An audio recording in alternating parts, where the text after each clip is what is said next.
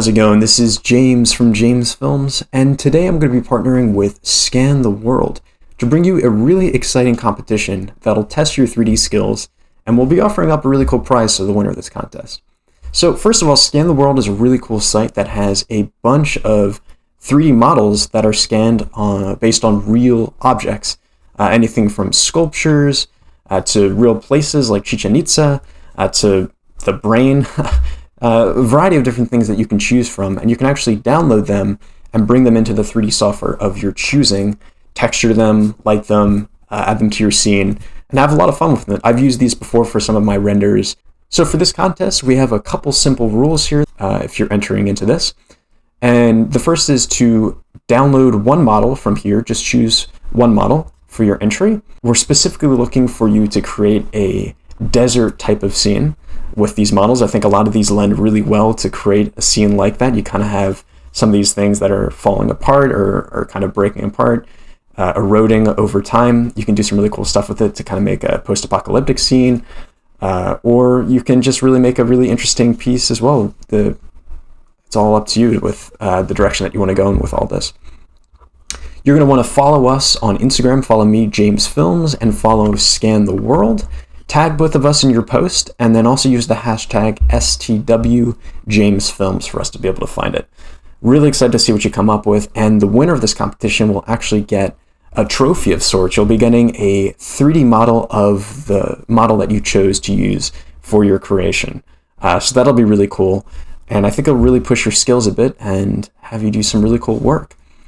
So today I wanted to actually show you just a couple tips and tricks for your project. I'm actually going to be giving you a sample file if you wanted to look at that for reference to use. You can also use the displacement map that I've chosen for this specific scene for your creation if you want. And yeah, have some fun with it. So I'm just going to show you how to make a simple scene like this over in Blender. And you'll, like I said, be getting access to this guy if you would like. So I'm actually going to be downloading a model from here. I'm going to be searching for the collection. I'll just show you how to actually do this. So this is called the Serenity Fountain. So let me pull this up here. So we have this 3D model of this fountain. It's actually a real fountain, as you see here. Granite ensemble of fountain base with canopy supported by 4 ionic columns, bronze roof capitals, and column bases. So this is an interesting model here. I really like how this looks, and I think this will look really well in my scene. So you'll just have to create an account on here, and this is actually a free download. So just hit download. Downloads this to wherever you want to store your file. I've downloaded this already to my computer, so I won't do that here, but download that, unzip it, and then fire up your 3D software. So for this one, I'm going to be using Blender. I'm just going to make an entirely new scene here, and I'll show you how I created what we saw right there. I'm going to first of all drag this guy down here so you can actually see me in the image editor without me blocking anything.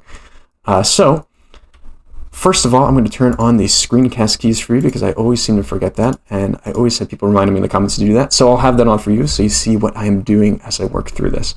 So I'm just going to actually just delete this light here for a second here. Leave the default cube here, and I'll tell you why. So the default cube is actually around 1 meter by 1 meter by 1 meter. So we'll be needing that for a scale reference as we bring in this model. So to bring in this model, you're just going to go to File, Import, and then this particular model is an STL file. And this model is located right in this folder here, Serenity Fountain. And I'm going to be using the full one. There's a couple different versions here, top and bottom. The full one is going to be having our entire model. And I'm just going to import that STL. It'll take a second to load up here, and what you'll notice is that it is pretty massive. So we've got this huge model. And obviously that is not to scale for our scene, so we're just going to want to scale this down. So I'm just going to hit S and then just bring this back down. And using that cube as reference, about 1 meter by 1 meter by 1 meter, we don't have to be too exact here, but I think this looks generally pretty good. I'm going for something kind of larger than what I really want for this scene, so I'm just going to leave that like that. And we can center this guy up here by clicking on Object, Set Origin, and then Origin to Center of Mass. And now that when we scale this up, we're scaling from that center point, and I'm just going to move this up and center it up in my scene. I'm going to actually delete this cube, and so now we've got our 3D model in this scene. So one thing to note about a lot of these 3D models is that they do not come textured. but what you're getting is a really great scan, a really great geometry to work with, and you can kind of build off of this as you're creating your scene and actually building things out. So let me just click on this guy here and just show you. So there aren't any textures currently loaded up in here, but I'm going to be showing you how to actually texture this up and really make it a pretty exciting scene.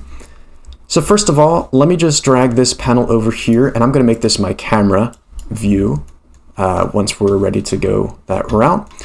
But first, let's actually add an environment to this. So for this, I actually created a really cool displacement map over in World Creator, and it is like a kind of a dune mountainous scene. And if I open up this Photoshop file, this is what it looks like here. It's this really interesting dune displacement with a bit of erosion and some interesting kind of hills and features and stuff. I'm going to also be leaving this linked as well. It's included in the project file, but if you just want it separately, that is up on my website as well for you to download, so you can have some fun with that as well. I also have a lot more of these up on my Patreon too, so if you want to check that out, I've got a couple more displacement maps there, but this one is a free one for you guys over there. So I'm just going to add in a plane and then scale this up by quite a lot. Let's scale this up by like, I don't know, 200, right? So we'll have a really big thing here. I'm just going to subdivide this a couple times while we're at it. Add 100 cuts to this guy, so we got some basic geometry to work with here. Just a point about optimization. So once you're adding in subdivisions, you're really adding a lot more geometry to your scene, obviously, so this can start to bog down your viewport. So what I recommend is, especially if you've got an older computer, something that can handle it as much, leave the levels in your viewport down as much as possible and just crank up your render subdivisions. And what this will allow you to do is just work without too much lagging in your viewport. And if you already know what the displacement can look like in your viewport, you can just uncheck this right here to display in the viewport, so you won't even actually see the subdivisions. And it just kind of gives you a very rough idea of the geometry of your scene. So I'm just going to leave that off for a second here now. Bring in a displacement. I'm just going to click New, and then I'm going to set this to UV. So that's going to be using the entire dimension of this plane here when I'm displacing this. Click on these little sliders here to show the texture in the texture tab, and I'm going to be using an image or a movie for this. I'm not sure why you would use a movie as a displacement in this particular situation, but we're going to be using just an image. So I have this located in my World Creator folder, and it's this Dune Mountain Displacement.exr. Really, really awesome displacement map, and I'm just going to bring that in here. And you're not going to see anything initially because it is really flattened down. I'm not sure if you can even see that, but there is that displacement in there. It's just the strength is super low. So first I'm just going to set that mid-level to 0, and we're just going to crank the strength up quite a bit here. So let's just really ramp this up quite a bit. Don't be shy with cranking this guy up quite a lot. I'm just going to rotate this around so that my little guy here, my little fountain, is in the frame where I want it to be. That is looking pretty good. Let's just zoom in here a bit. So we got this fountain sitting there, and we've got all these dunes going on in the background. So that's looking pretty cool. I think this is the kind of displacement I want. Maybe I'll add just a little bit more to that, and I can always adjust this later. That is the beauty of Blender here. You can keep modding things as you move and work, but you can just kind of get a base idea of what you want to work with to start off with. So once I kind of pick an angle that I like, or at least kind of I'm getting towards with my scene, I'll usually hit Control, Alt, and 0, and that just snaps the camera to that current viewpoint that I've set up. I'm going to set this to 1200 by 1500. I think that's the resolution that works best typically for Instagram. You can choose whatever resolution you want. There's no requirements for that for this contest, but this is one that I think fits the viewport of the viewer's phone the best, personally. And what you'll notice is we're actually not seeing a big part of our dune. So what's going on there? Well, if you go into your camera tab and click down right here, there's this clip start and clip end. So we're actually clipping off at about 100 meters away from the camera. And this dune, if you remember, we scaled it up by 200, is actually larger than that. So what I'd like to do for this is just to set it some ridiculously high number so we don't even have to worry about it anymore. So now that's set to 99,999 meters away. So we're not even going to worry about that anymore. It's going to not clip our scene anymore, which is great. And what I think is really helpful too, especially when you're starting to build out your composition initially, is to actually click on your camera, go down to Viewport Display, and we're going to actually add in some composition guides here, specifically the rule of thirds and the center point. And what you'll notice is the camera's kind of tilted to the side here, so often when you do that Control, Alt, and 0, what that's going to do is actually add in just a little bit of Y rotation, so I'm just going to 0 that out. So now we're level with this guy again here. But this isn't really centered in our scene here. So let's actually center that up in the camera. I'm just going to set this to 35 millimeters because I want a bit of a wider angle lens to this guy. So using these compositions as our guide, I'm just going to hit G while our camera is selected, and we can just kind of move this guy around in our scene to kind of center this up. I'm going to rotate this up a bit more. Let's set this to maybe 88. That's looking a bit better here. Let's maybe bring the camera in a little bit closer to this guy. Let's see here. I actually really like these kind of little ripples from the geometry, so I'm actually going to bring this back a bit here and then rotate this slightly. So that looks pretty good. You got more of the dunes kind of showing here too. And what you'll see once I actually add in the subdivisions, you'll actually see this geometry start to shine through a bit more. But I really like how that looks. Let's bring this fountain a bit closer, maybe move it up a bit, and let's scale it up just a bit more too. And maybe bring the camera up just a hair here so we're not cutting off too much of the top. So this is now centered up really well in our viewport. Scale it down just a little bit. So that's looking pretty good. I'm going to be using cycles from my render engine. You can use Eevee too. I think Eevee works fairly well for a lot of these outdoor scenes. It's sometimes hard to get a little bit of realism with it, but you know, it is what it is. So I'm just going to set my render settings up here just so I already have that set in my viewport. And let's just kick off a render just so we can kind of get an idea for the lighting of our scene. I typically like to define the lighting fairly early on when I'm working with these things. And you'll notice that it's obviously grayed out here and we don't have any lighting. So let's actually add in an HDRI, and this is one that I typically use a lot. It's from HDRI Skies, and I've linked this in the description as well. It's also over on my website. So we've got some lighting here. Let's actually just crank this up quite a bit to something like, let's say 4 in the strength. And what you'll want to actually do is have the Node Wrangler add-on enabled. I think every Blender YouTuber harps on having this enabled, but it is really useful, and we'll actually be using it a bit later on as we're getting into texturing the little 3D scan here as well.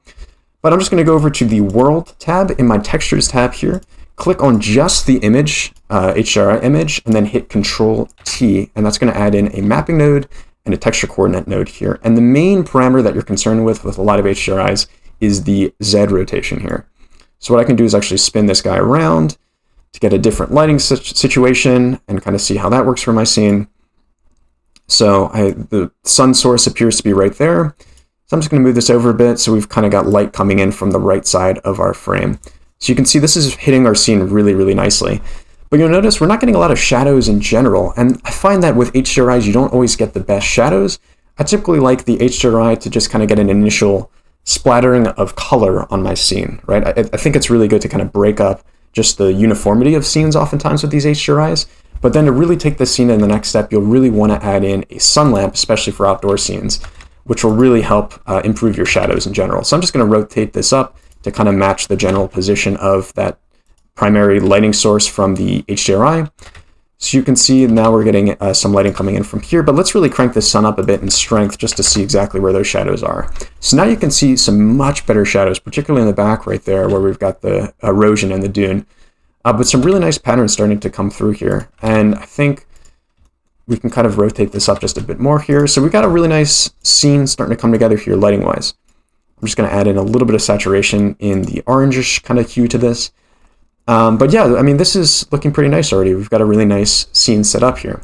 Obviously, we have no textures whatsoever, so let's get to texturing while we're at it here. And just really quickly, let me actually just click on the subdivision just so you can see a bit better what we're working with here. I'll increase the levels in the viewport up to 3. But you can see, especially in the background here, what this is going to look like, especially with 5 subdivisions for my render. This is looking really nice. You've kind of got some nice displacements going on here. And if I zoom in on the left of my viewport here, you can see some really nice displacements. It's got a little bit of blockiness to it. I'll just shade this smooth. This will kind of smooth out a little bit of the displacements. Unfortunately, we'll lose a bit of that detail. But once we're adding in a sandy texture here in a second, that's kind of going to be irrelevant because you're not even going to really notice that as much in the foreground. It's mainly for the background where I want it to look really nice and crisp. So there's a really great add-on that comes built into Blender, actually. It's called Blenderkit, and it is a really great resource for models and materials, and actually brushes too. Supposedly, I don't really use those as much. I just use the models materials. But you can actually use these and put them right into your scene really nicely. So I'm going to be sourcing from this today to build out my scene and use the textures from that for my models. So Let's start with actually this big dune in the background here. So for that, obviously, I'm going to want a sandy material. So I'm just going to hit sand here and search this up. And we've got a couple different options here. These are all free. And what you're going to want to do is click on your dune, sand dune, and then find a texture that you like. I had this one I found earlier, this desert sand from Willem Duha. Thank you so much for this texture. It looks really great. And what you're actually going to want to do is just click on that once, and then boom, it's loaded up in my scene, and it looks really, really great. You've got some really nice kind of dune sandy ripples here too from the wind, which looks really great. And it comes already set up with a really nice texture setup here. This is slightly messy looking here, so let me just walk you through what's going on with this texture setup and kind of the important parameters that you're going to want to focus on when you're trying to customize this yourself. So one of the first ones I think is most important is actually the scale of the dune ripples themselves. And for this one, the creators has added in this kind of nifty scale parameter here, hooked up to one of his node setups here. So what you can actually do is adjust this scale. So if I crank this up to 10, you'll see what this does. It actually makes the texture so much larger that you're getting these really, really exaggeratedly large ripples, which I don't really think looks good in terms of the scaling with our little fountain here. It kind of makes it look like a little toy, which doesn't really make sense for this scene. So I'm actually going to want to decrease this number here, which will actually stretch out our texture even more. So we're actually getting kind of smaller dune ripples instead here, which actually starts to fit a bit better with our overall scene. Maybe I'll bring this down just a hair more to 0.75 or something like that. But I think that's looking pretty good. You've got some really nice ripples going on here with our scene. So for this one, a second parameter that is of interest to you as well as you're modifying things for the specific sandy texture is this color ramp node here. So this is what the creator is using to actually define the base color output of the sand that you're seeing here. And he kind of has it as this gradient between kind of a darker yellowish color and like a brighter yellow. So if you want to change these colors at all for a lot of these textures, it's really simple. Just click on the little widget there, and then you've got this big bar in the bottom, and you can click that, and you can actually just move things around. And here with this color wheel, if you want, if you have a specific hex value that you found online, you can add that in there, or you can just play around with the RGB as well. I'm happy with the color that comes predefined with this one. I think it already looks pretty solid. So I'm just going to leave that as is. And same applies for this lower end here. And you can always drag these inward too to kind of change the gradient of these textures as well. Have a lot of fun with this. There's a lot of customization you can do with color ramp nodes. I think these are one of the most useful nodes, I think, in Blender. You can get a lot of really interesting customization with them. And then the last one that I'm concerning myself with for this specific exercise is this bump node here. And if I was just to hit Control B and just zero in on one part of my scene right here where we're looking really closely at the sand, if you really crank up the strength value, you can see it gets much grainier. And let me actually turn off the denoising that's kind of smoothing this out. You can see, let me just go really exaggerate this. Let's add in a bump of 10. You can see you're really getting some serious kind of grunginess, I guess, almost to this bump in here. So you're going to kind of want to modify with this. I'm going to dial it back a little bit. I don't need it as bumpy. You can even just pull it all the way back, and you'll see you have no bump now. So you're not seeing those ripples really at all. So you want at least a little bit here. So I'm going to leave this kind of pretty low, like 0.3, 0.33, something like that, let's say. But keep in mind, we already have that displacement that we've added from the dune itself, which kind of comes with a bit of stuff as well. So this is kind of just icing on the cake to really add in those details from the sand texture we're adding. So that's looking pretty great. Let me snap this to render region as well. We've got this really nice scene set up already. I think this is looking pretty nice. We've got a pretty good setup here. So let's actually get into texturing our little fountain here. So I'm just going to select this in particular. And for this, I'm going to actually use a concrete texture for this guy. It's now showing our concrete textures. And there's a couple different ones to choose from here. I kind of like how this, let's see, this concrete, let's see, which one was it? This concrete base. This one looks decent. So we'll have our little fountain selected here. I'm just going to click on our concrete base. And that's just going to add it to our scene. Takes a second to load up here. But now you'll see that we actually have a concrete texture added to this, and that's looking pretty nice. So let me actually just UV unwrap this guy so we can kind of modify our concrete texture a bit here. And if I go over and look at the concrete base, you'll see that it is plugged into a UV mapping node already. This is all really nicely, neatly set up for us already, which is great. I'm just going to tab into edit mode with our fountain selected, hit A to select all of the polygons, and then U, and then I'm just going to do a smart UV project. I kind of like how this one works pretty well. So now that is finished UV unwrapping, let's just tab back out of edit mode to object mode here, and I'll zoom in a bit just to show you what we're working with here. So this texture is looking a little bit too massive, I think, especially if I zoom in here. You can see this is way too large, and again, it's making our scene look a bit too toy-like. So I'm going to tab back into edit mode for a second here. And this is an important thing to always keep in mind when you're working with textures, is you want to keep scale in mind. I often see people with textures that are way too scaled out for the scene that it should be, and other ones that are a little bit too small, and it just kind of really breaks that photorealism and makes the scene just look a little bit fake. So just keep that in mind when you're working with things. I'm just going to scale this guy up a bit more. And that's starting to look a bit more realistic too. We're starting to get a bit of that surface imperfection there, which I think looks really nice. And let's go back to the shader editor. So we've got our concrete base here, and you can see it actually has the option to plug in a displacement texture if you wanted to do that. I actually don't really want that because I just think this looks pretty good as is. So let me actually show you, if you have the Node Wrangler add-on enabled, an interesting technique called vertex color painting here. There's a really nice tutorial I've linked in the description that actually goes into a lot more detail on exactly how to do this for a landscape scene. But for this one, I'm just going to be showing you how I like to kind of add a little bit of wear and tear to the base of my scenes by actually blending the texture that's on the surface below onto the surface of these objects. I do this with rocks and cliffs and things, usually when I've got like sand or grass below, just to kind of blend things in a bit. So if you have Node Wrangler enabled, just mouse over and select all of your texture here, and then hit Control and J, and that's going to group all of these nodes together. So now you can move these around in a nice little nifty group. So we've got this group here. You can actually give the group a color. So for this one, I'm just going to give it like a concrete gray color. I think this default color looks fine for my purposes. And I'm actually going to give it a label. I'm just going to call this guy concrete so I know which one I'm working with. So this is our concrete texture, and it is currently the only texture plugged into our material output. What I'm going to do is actually add in a second slot here just to kind of get this texture, the second texture I want to use, loaded up for our scene. And for this texture, I'm going to be using that sand one that we got from our previous little demo here. So same deal applies here. I'm just going to select all of this guy, hit Control and C this time to copy. And we're going to go back to slot 1 in our texture. And we're just going to hit Control V and paste that guy in. So now we've got our sand texture here. And similarly, I'm going to group this up. So I'm just going to hit Control and J. And we're going to add it a color. Let's give like a nice like bright yellow color so we know that this is our sand texture. So let me actually show you how this technique works. Effectively, you're going to be mixing these together, both of these textures together, into a mix shader.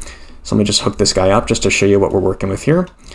And I'm going to grab the output of this sand and plug it into the material, mix shader rather here. So with the mix shader, it always defaults to a factor of 0.5, so it's exactly mixing 50-50 of both textures that are plugged into it in the output of your material here. So what we're currently seeing is both the sand and the concrete. But if I were to say put this to a factor of 1, now we're only seeing the bottom texture that's plugged in here, which is our sand texture. So this is entirely sand now that's plugged in here. Similarly, if you were to put this to a factor of 0, now it's only taking the input from this top texture here, which is our concrete one. So we don't want this all or nothing thing here, but luckily what we can do is actually control this factor value here. And the way we're going to do this is actually by a little bit of vertex painting. And it sounds scary, but don't worry, it's really easy.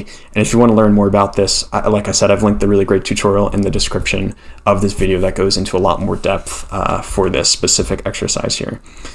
So what I'm actually going to do is first go over to this little triangle while I'm selected on the Serenity fountain, and scroll down here, and there's a little twirl down for vertex colors, and we're just going to add in a new vertex color. And so what this has actually done, and let me just switch this to material mode so we're not rendering things like crazy here. So what this has actually done is, if I were to go to, instead of object mode, to vertex paint mode, is added in a default value for this, which is just pure white initially it's defaulted to. So what we're actually going to want to do is use a red color for this instead, and I'll show you in a second why that is. So to do that, I'm just going to drag down green and drag down blue, so we're just entirely red. And we can just hit paint and then set vertex colors. And so now this has set the entire object to a red color. So I'm going to go back over to our texture tab here, hit Shift A, and we're going to add in a vertex color node. And we're going to select this vertex color, which is COL. and we're going to add it to a separate RGB. So we're just going to be pulling the red value from this guy. And basically how red this is going to determine which layers are painted with which texture. We're just going to take the R output, the red output, and plug that into our factor. And what you're going to notice is now we're only seeing that sand texture. So I'm actually going to flip these around so that we're just seeing the concrete texture. And effectively, we're going to be painting away from this red to reveal the sand texture below. So the way to do that is you can still have the red's color selected, but just hit Control while you're doing this and just kind of paint around the base here. And I'll just kind of hold off for a second just to show you what this has done. We've basically just painted over with black this red vertex color. So now everywhere we've painted black is now revealing that sandy texture, which is looking really nice. You can actually decrease the strength of this if you kind of want just a little bit of this black texture here. So you can kind of add in the sand around the base. And I just think for like kind of a weathered scene, this really does a really good job at kind of adding in that bit of weathering to your scene. I'm just going to kind of paint some of this away a bit here just because it's a little bit overpowering, I think. But this is really nice, and you've kind of got this sandy texture blending in with the base. So let me just show you exactly why I did this, because it really adds that extra detail, photorealism. You can really see now it's starting to blend much better with our scene. I think the yellow is just a little bit too saturated, so for this one I'm actually going to go back over to our color ramp tab for here, and let's just like bring the saturation back just a hair. So now we've got just the faintest color of this yellow, but it's kind of blending in a bit better. You can really see what this is looking like, and it's looking really nice. So if I were just to default this to just our concrete texture, so by hitting Control-Shift and clicking, you can see there's this really harsh transition, and it really doesn't mesh well with the desert scene. It kind of just looks like you just plop this thing in there, and it's just not blending with our scene at all. And you know, we're kind of considering the scene has been sitting here for maybe years, maybe decades, centuries, who knows, that this fountain has been here, taking a beating from the sand and from the wind over those centuries. And if it looks like this, it just breaks that illusion. It really doesn't look like it blends with the scene. But if I add in that kind of sand blending, you can see this is starting to blend a lot better, and it really looks like it's starting to kind of take place in the same exact time frame as our scene. So hopefully that makes sense. Again, if you don't understand that fully, there's a tutorial that really slows that process down a bit and goes into detail, much more detail than I just did there, onto how that works. But this is just a pretty easy technique, and I think it really adds an extra level of detail to your scene by just blending those two textures. So we're already getting a really nice scene here. I think just with a couple more tweaks, we can maybe have something that we'll be happy with, and we can chug that out, get that rendered out. I'm just gonna make the shadows just a little bit longer here. One thing I'm really not liking is this HDRI background, and oftentimes what I'll actually do is just get rid of the background and bring in an image as a plane. And so that's exactly what I'm going to be doing for this guy as well. And the way to do that is to go to your render settings tab, render properties tab rather, go down to film, and then just click on transparent. And now we've got a transparent background here. And there's a really nice way to bring in images as emission planes and pop these behind your scene. And so what I'm going to do for that is hit Shift A, go to images as planes, and then we're just going to click on emit for this one. I've got a whole bunch of images that I've saved royalty-free from Unsplash, a really great site that's got a whole bunch of nice images that you can use. And there's this interesting sky one that I'm going to be using for this particular scene. So I'm just going to hit import images as plane. I'm going to hit 7 on my numpad just to have a vertical top-down view of this.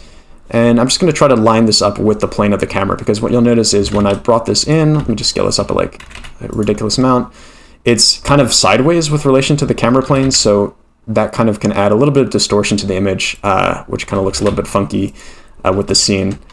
But I'm going to bring this back a bit, just hitting G and then X, and then we'll notice that that is a little bit too small still, so I'm just going to scale this up quite a bit and bring this guy up. And you'll notice it is actually adding a huge shadow to our scene, which is quite strange. And why it's doing that is because over in the object properties, it's casting a shadow. So if you go to visibility, and then you can uncheck shadow from ray visibility. Now it's no longer checking that shadow. And now it is just a huge emission plane behind our scene. And you notice that this isn't really blending well with the scene. It's like super blue. So there's a pretty easy way I usually fix these with these planes. I often will just go to the emission that you see here in the texture that it's imported in, and just crank that strength up to something much higher, like 7, for example. And this is looking much nicer. I think this is starting to look like a much better desert scene here. And so with just a few more tweaks, we can get this to a really cool state and have it as a fun render. One thing that I often like to add for these large landscape scenes is a mist pass. And these are really easy to add, and I often think a lot of people overlook these because it's kind of hidden a little bit in Blender. It's not always the easiest to find. So I've talked about this in previous videos, but I think it's worth mentioning again exactly how to find the mist pass in Blender. So you're going to want to go over to the Output Properties tab here. Or sorry, not the Output Properties. What am I saying? The View Layer Properties, rather. See, this is how they get you. They hide these things. So make sure you know where they are. So they're over in the passes of the View Layer Properties tab here, and it is this little mist box here, and it comes unchecked. So let's just check it on, and you'll notice that nothing's happened. So what's going on here is you actually now have the ability to add in a mist pass, and if you click on this drop down while you're in rendered, you can see this little thing here called rendered pass, and currently it's just showing combined. But we can just check this to mist pass, and now you'll see something interesting. So just a little bit of a description of what you're seeing here. The black part is what's closest to the camera, obviously here, and it's what's going to be getting the effect. Not at all. Like, this effect is not applying at all to the darkest black layers here. But the closer you get to the pristine white, the more this effect is going to apply. And it's basically just kind of like a volume without having to add in an intense amount of volumetrics to do all those crazy calculations, which oftentimes will slow down your render times. So especially when you're working with very large displacements like we are for this mountain here, adding in volumetrics to the scene will only slow things down. So I'm just trying to keep my viewport and keep my renders running a bit quicker than expected, I guess. So in order to actually modify this mist pass, again, this is kind of hidden. It's actually in the World Properties tab. So if I were to scroll down here, you'll see this drop down for mist pass, and you can see it's starting at 5 meters away from the camera, and it's ending at 25 meters away. So once again, keeping the scene parameters and dimensions in mind, we can adjust these to kind of make this make a bit more physical sense. But in order to actually adjust this, we're actually not really sure, like, what is 25 meters away from the camera? Like, what does that look like? Well, there's actually a way to do this pretty simply. You can click on Camera and then scroll down to, again, the object data properties for the camera, and then you can click on Show in Viewport Display, show that mist pass. And now you get something interesting. You get this little line here with 2 points. So this point right here is 5 meters away from the camera, and then this is our endpoint, which is that 25 meter distance away from the camera. And so that's obviously too close. You know, this scene really extends quite far back out here, and we're not really covering that fully with the mist pass. And if I remember correctly, this is around like 200 meters away. So if I really kind of crank that further, you can see we're starting to get somewhere a bit better. Let's maybe put this to just something extreme like 400 meters. And now this is our entire scene. Basically, we've got the coverage. It's kind of gone below the plane just because I've tilted my camera a bit. But, you know, it's covering the entire scene. Now we've got the mountains in the distance here.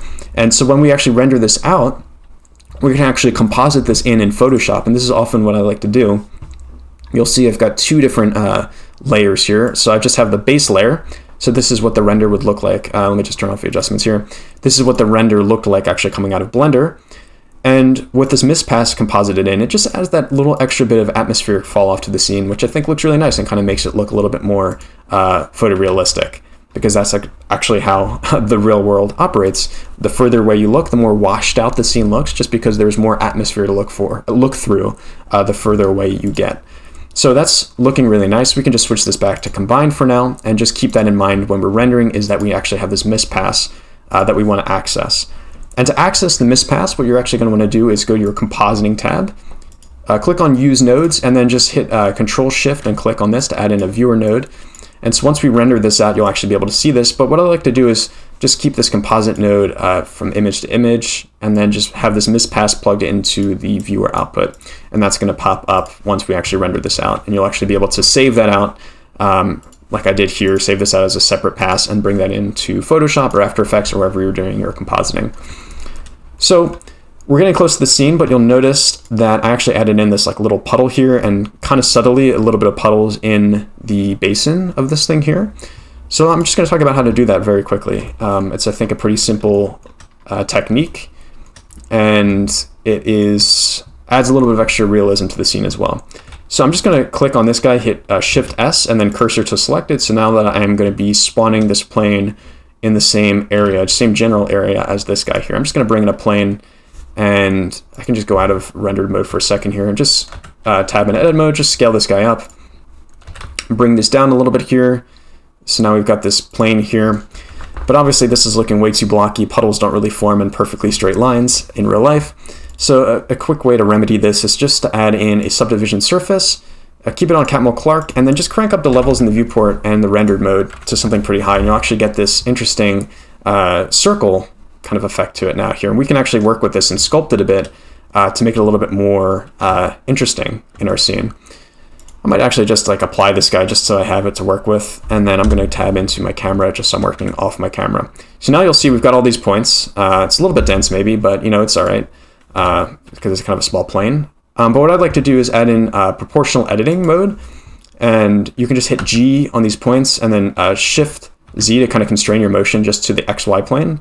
And you can kind of just like pull these around in your scene to kind of get like a bit of ponding. A little bit, kind of break this up a bit and just make it look a little bit more natural for the scene. So we've got this puddle that's looking pretty nice, as if this fountain has maybe like overflown recently or something. Maybe it's still operational, who knows? Someone's still in the desert using this fountain, filling it up with water. So we've got this kind of interesting little effect here where we've got like a bit of a puddle going on. So I'm going to switch back into render mode, and we'll actually add a little bit of a texture to this guy here.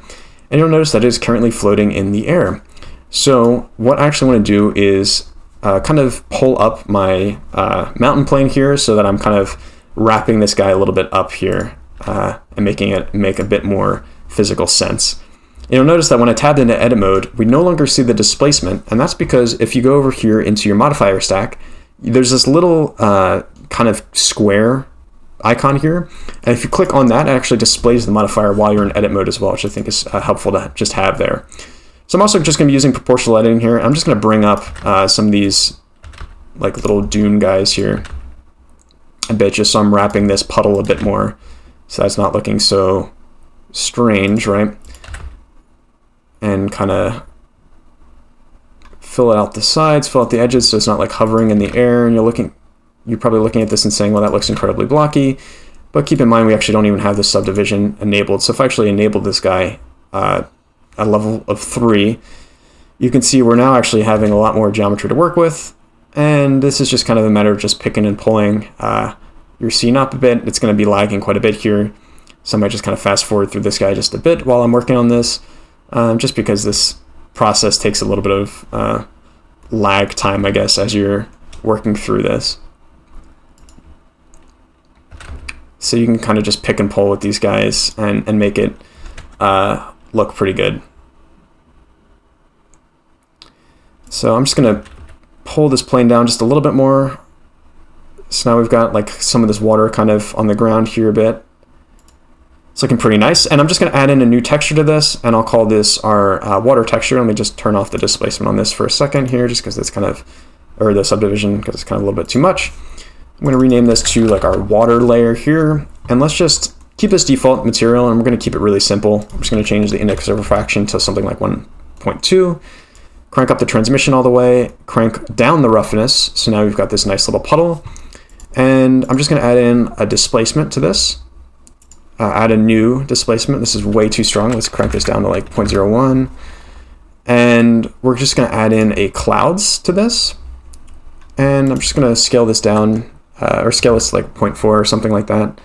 So we've got this very subtle kind of like ripples to the surface. You'll kind of notice there's a little bit of breakup of that perfect thing. So it's as if this is maybe still like leaking somewhere, and you've got water kind of filling in that surface. So that's looking pretty nice as well too. And I also want to add in a bit of water to these basins here, and they're kind of in a regular shape here. So how do we fill these easily? Well, I'm also going to add in a plane, and let's just bring this down here, scale this up a little bit. I can turn off proportional editing now. So now we're fully filling this basin up here. I'm actually going to go to top-down view for this, just so we can see how this is filling up our scene. And I can turn on kind of see-through mode, just so we're seeing our basins. So these are our basins, this guy, this guy, this guy, this guy. And what I actually want to do is cut those out. And we don't really want much geometry here because this isn't too important. So I'm just going to actually use the knife cut to cut these guys out. So just hit K to activate this. And you can be super rough with this. It doesn't have to be very exact. I'm just going to cut around these basins over here, cut through this guy, cut around over here for this last guy, cut around, and then click on this last guy and then just hit enter to commit that. So now we've added in just some cuts to these, and I could just trim the fat, just select these outer edges here, outer faces here rather, and then just hit X and then just delete those faces. So now we've just filled in the basin. It's super crude. I mean, obviously it's very low poly, but it does our job. Now we've got some water in these basins, and let's just add in that water texture from before. And you've got like a nice little bit of a subtle water reflection in these basins, kind of some water pooling there, which looks pretty nice as well. So that's looking pretty great. The last thing I actually want to add in, and I added this in the other practice file that I'm providing online for you guys, is just a little bit more surface imperfection to these guys as well too. Now this comes with a roughness texture plugged into here, but I'm actually going to be using a different one. I'm going to be using one that I got from ccotextures.com. I can link this in the description as well. But there's this really nice surface imperfection texture that you see here, which looks pretty great. So I'm just going to drag this in to the same little scene here. And if I just hit Control Shift and click on this, you'll see that's what our texture is going to look like outputted on our render. We can actually add in Control T, add in a mapping node for this guy as well, just so we have it. And let's just kind of give ourselves a bit of room. We don't really need this to show up as much. So this is now added in here. And let's just plug this guy into our roughness instead of the other roughness texture that we've had before. I'm just going to show this again in the mix shader. And let's check this out a bit more. We can zoom in here and just kind of see what this roughness texture is doing exactly. And what I often like to do with roughness textures is add in a color ramp node to it. So you can kind of control the effect of this. You can kind of just see what this looks like. Like let's maybe drag this guy over here a bit, just to decrease that a bit. Keep snapping back on me here. There we go. Okay, so now we've got this working here. Let's just go back to our scene from before. And now we've added like a little bit of shininess to it as well. I kind of just wanted to make it not as rough as it was before. So we got like a little bit of reflection off this, as if this is maybe not as old as we expect. Maybe this has actually been here fairly recently too. So this scene is looking pretty great. And if I actually add in that like full subdivision to this as well, this is going to kind of clear up that blockiness a bit to the scene. And you can actually just render this guy out and save out the mist pass and save out the base layer. And then I'm also going to be giving you guys this Photoshop file too, which is where I've actually done a bit of editing on this guy to get it to where it is as a final version. So let me just uncheck these adjustments for a second here and just kind of go through this bit by bit. So this is the raw layer that I got from my render in Blender. And what I actually noticed was there's a little bit of tiling here that is kind of noticeable. So what I did is I just duplicated the layer and then used the stamp tool, the clone stamp tool, and just kind of picked different points and just kind of moved this around. This is obviously not an optimal solution, but for the purpose of this, it's just a still image. So I was able to kind of do a bit of tweaking to get that to a state that I liked. I then brought in my mist pass and brought the blending to screen mode and just kind of brought the opacity down a bit, because if you just have this at full blast, you can see it's way too washed out here. Usually there isn't that much mist in the desert, so I'm just going to kind of bring this down so we just have that ever so slight haze, which looks really nice. Let me just turn on these adjustments and then kind of go through them one by one as well too. So I used some custom brushes to add in some dust to the scene. This is very subtle here, but you might notice there's like a little bit of dust in the foreground with that one, and then a little bit of dust in the background there too. It just adds a little bit of imperfection to the scene as well. I like to add in a levels adjustment just to kind of crush and add a little bit more contrast. So this is a lot more contrasty now, which looks pretty great. And then just kind of bring in the highlights a little bit, so it's kind of a little bit more dreamy, a little bit more washed out. I like to add in a photo filter. This one I added in a warming filter and brought the density down quite a bit here so it's not overblast, because if you add it up all the way, it looks like we're on Venus. But if you bring this down, it looks much more realistic. I then added in a color lookup, and for this one I added in a crisp, warm look. And again, similarly for the photo filter, you can way overdo this. So if this is full blast, you've got this like super washed out kind of looking yellow scene as well. So just a touch of this, the opacity of like 8%, 9%, I thought was enough to just add that very, very subtle effect. And then I brought in a curves, and this one I just brought like a typical S curve here just to add a little bit more contrast to the scene, which I thought looked nice. And then lastly, just a little brightness and contrast tweak just to add ever so slight bit more of contrast to the scene, and then brought the brightness back just a hair too. So this is our scene. I'm pretty happy with this. And again, I'll be including this Photoshop file as well for you. If you want to mess around with this, play around with it, see how it works, see how the blending works with these different layers, especially with the mist pass. And like I said, I'll be including this blend file as well for you to play around with. Obviously, I want you to be creative and make your own scene, but if you kind of want to see how I did this and look through the file and explore a bit more in detail, feel free to do that, look through it. I'm also leaving the displacement map, that EXR file for this dune, in the description if you want to use that for your scene. Again, not required. Be creative with this, have fun with it, make your own scene, do something really cool with this. And then pick whatever model you want too. There's quite a big selection in the Scan the World library. So, find something that you really enjoy that you'd like to maybe have as a trophy if you were to win this competition, and use that for your scene. Have a lot of fun with that. And again, just those rules, follow James Films, me on Instagram, follow Scan the World as well, tag both of us, and then use that hashtag STWJamesFilms to enter in. We're really excited to see what you guys come up with, and yeah, I'll be watching the entries as they roll in, and I'll be giving you guys feedback as you post them up on Instagram. I'm excited to see what you come up with. So best of luck out there.